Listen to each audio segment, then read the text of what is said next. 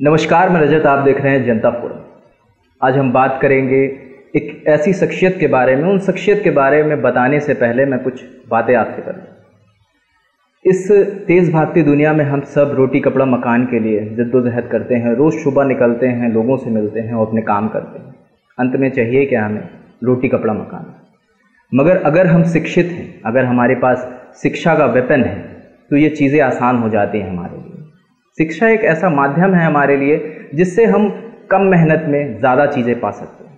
आज एक ऐसी शख्सियत से मुलाकात कराना चाहूँगा आपको जिन्होंने शिक्षा जगत में एक अपना बड़ा आयाम हासिल किया है। हमारे साथ आज बीके सक्सेना जी हमारे साथ हैं बातचीत करने के लिए। बीके सक्सेना जी के साथ बता दूं, मैं BK Saxena ji MSc physics हैं और लगभग पिछले 32 सालों से फिज़िक्स बच्चों को पढ़ा रहे हैं, फिज़िक्स का अध्ययन बच्चों को करा रहे हैं। और ये बताते हुए मुझे बहुत अच्छा लग रहा है कि लगभग 9000 से ज़्यादा डॉक्टर्स बीके सक्सेना जी के पढ़ाए हुए आज हमारे समाज में कार्यरत हैं और एक नया कीर्तिमान हर दिन स्थापित कर रहे हैं।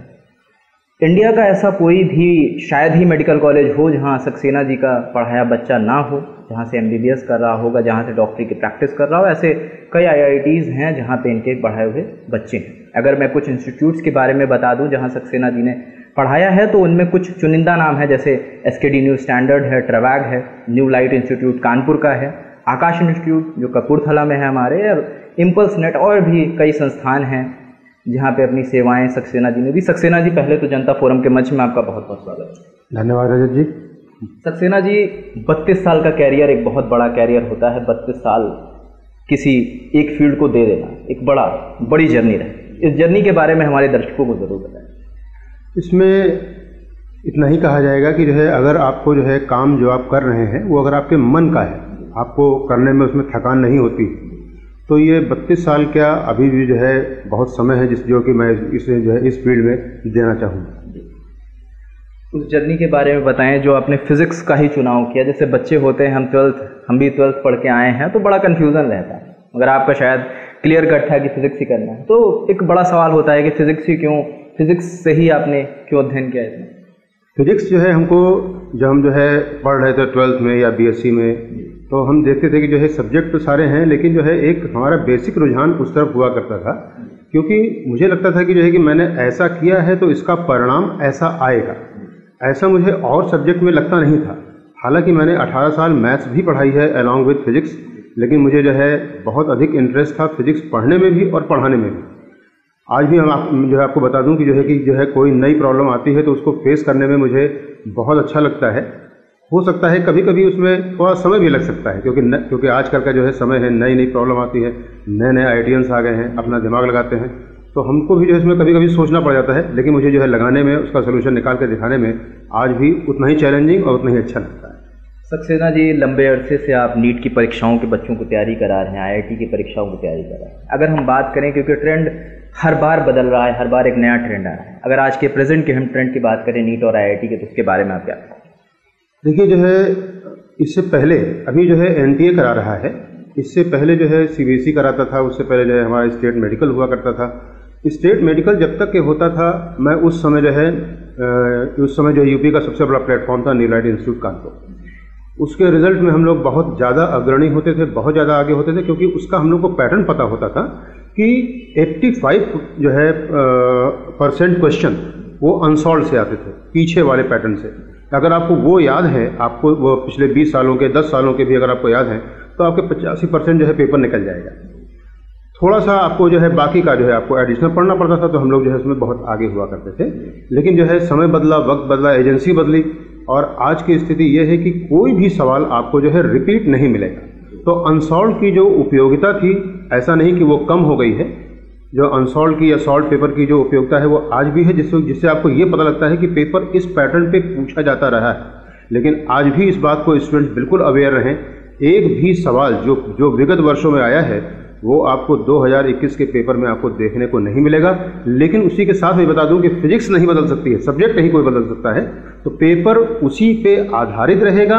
हो सकता है कभी कभी जो है मेमोरी बेस्ड सवाल अधिक पूछ दिया जाए, कभी फैक्चुअल सवाल पूछ दिया जाए, और कभी कभी कुछ जो है न्यूमेरिकल पूछे जाए। लेकिन ध्यान रहे कि नीट के पेपर में कभी भी सवाल जो है उसका सलूशन 5 लाइनों से अधिक का नहीं होता है, ये बात ध्यान रखें स्टूडेंट्स।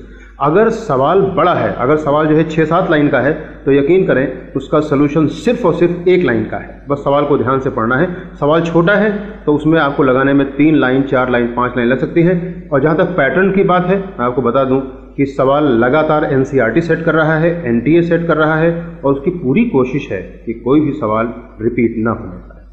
सक्सेना जी, जैसे अभी जिक्र हो रहा था कि तैयारियों में जो आपका 32 साल का अनुभव है वो आप बच्चों के साथ ऑनलाइन सीरीज एक चला के साझा करना चाहते हैं जी, तो उस प्रयास के बारे में भी हमारे दर्शकों को जरूर जी मैं अभी तक जो है यहाँ पे जो है ऑफलाइन ही था।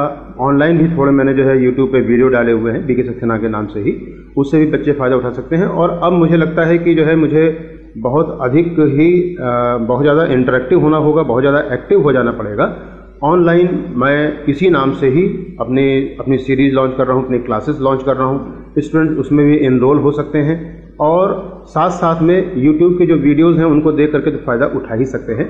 बहुत जल्दी जो है आपको यूट्यूब पे, फेसबुक पे आपको जो है इन क्लासेस का जो भी लिंक है वो आपको जो है ज़रूर शेयर किया जाएगा। तो सक्सेना जी, कौन कौन से कॉम्पिटिशन से जुड़ा कंटेंट उस ऑनलाइन सीरीज़ में मिलेगा बच्चों को? उसमें जो है जो मिलेगा वो नीट का भी मिलेगा और आईआईटी मेन और एडवांस का भी मिलेगा। लेकिन साथ में एक और चीज़ साथ में चलेगी, वो है 11th कम कंपटीशन के लिए और 12th कम कंपटीशन के लिए। उसका कारण ये है रजत जी की जो है होता ये है कि बच्चा जो है 12th तक जो है उसको हवा ही नहीं होती है, सोचता नहीं है कि हमें क्या करना है क्या नहीं करना। तो वो सब्जेक्ट के प्रति जो एक कंसंट्रेशन चाहिए, जो एक काम चाहिए, जो इंटरेक्टिवनेस चाहिए, वो उसके पास होती ही नहीं, उसको पता ही नहीं होता है। अगर वो हमसे जो है 11th से जुड़ जाता है या 12th से जुड़ जाता है तो उसको ये सब्जेक्ट जो बाद में कहता है कि बड़ा हवा टाइप का सब्जेक्ट है, वो इस सेंटेंस को कहने से चाहे तो वो बच सकता है। सक्सेना जी, शिक्षा अपनी जगह है, एजुकेशन अपनी जगह है, मगर एक टेस्ट सीरीज़ का एक बड़ा रोल रहता है कि बच्चा अपने आप को टेस्ट कैसे करे। तो क्या आप लोग टेस्ट सीरीज़ भी कोई लॉन्च कर रहे हैं इसके साथ?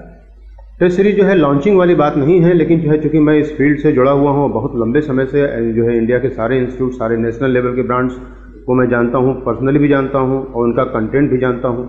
तो इस समय मार्केट में ऑल इंडिया लेवल पे बहुत सारे ब्रांड्स हैं और वो बहुत अच्छा काम भी कर रहे हैं, बहुत अच्छा काम भी कर रहे हैं। लेकिन चूंकि उनकी जो है बहुत बड़ी जो है ब्रांड वैल्यू है, तो उसमें जो है एक आम स्टूडेंट वो चाहे कि कम पैसों में जो है जा करके उसको जो है यूज़ कर पाए तो थोड़ा मुश्किल होता है। तो उन सब की जो है, चाहे वो आपके आकाश की टेस्ट सीरीज हो, एलन की टेस्ट सीरीज हो, चाहे रेजोनेंस की हो, फिटजी की हो, इनकी कॉस्ट जो है थोड़ी सी ज़्यादा हो जाती है। ये कुछ रेंज करते हैं, कोई 7,000 से लेकर के 12,000, 14,000 तक की रेंज करते हैं।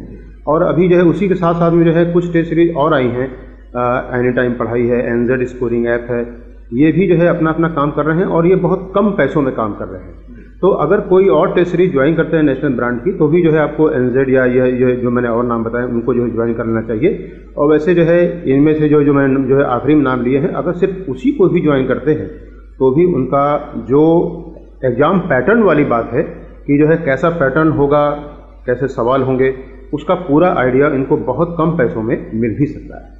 सक्सेना जी, पहले तो बच्चों को बता दें, इनके लिए बड़ी एक खुशी की बात है जो भी बच्चे नीट की तैयारी कर रहे हैं, जो भी जेईई की तैयारी कर रहे हैं, कि आपका मार्गदर्शन इन्हें जल्दी ऑनलाइन तरीके से मिलेगा। अगर मैं एक आखिरी सवाल आपसे करता हूं कि जो नए बच्चे हैं, जो नई तैयारी करने चाह रहे हैं, जो अभी 12th करके आए हैं, उनके लिए क्या संदेश रहेगा, वो अपनी तैयारी कैसे शुरू कर सकते हैं?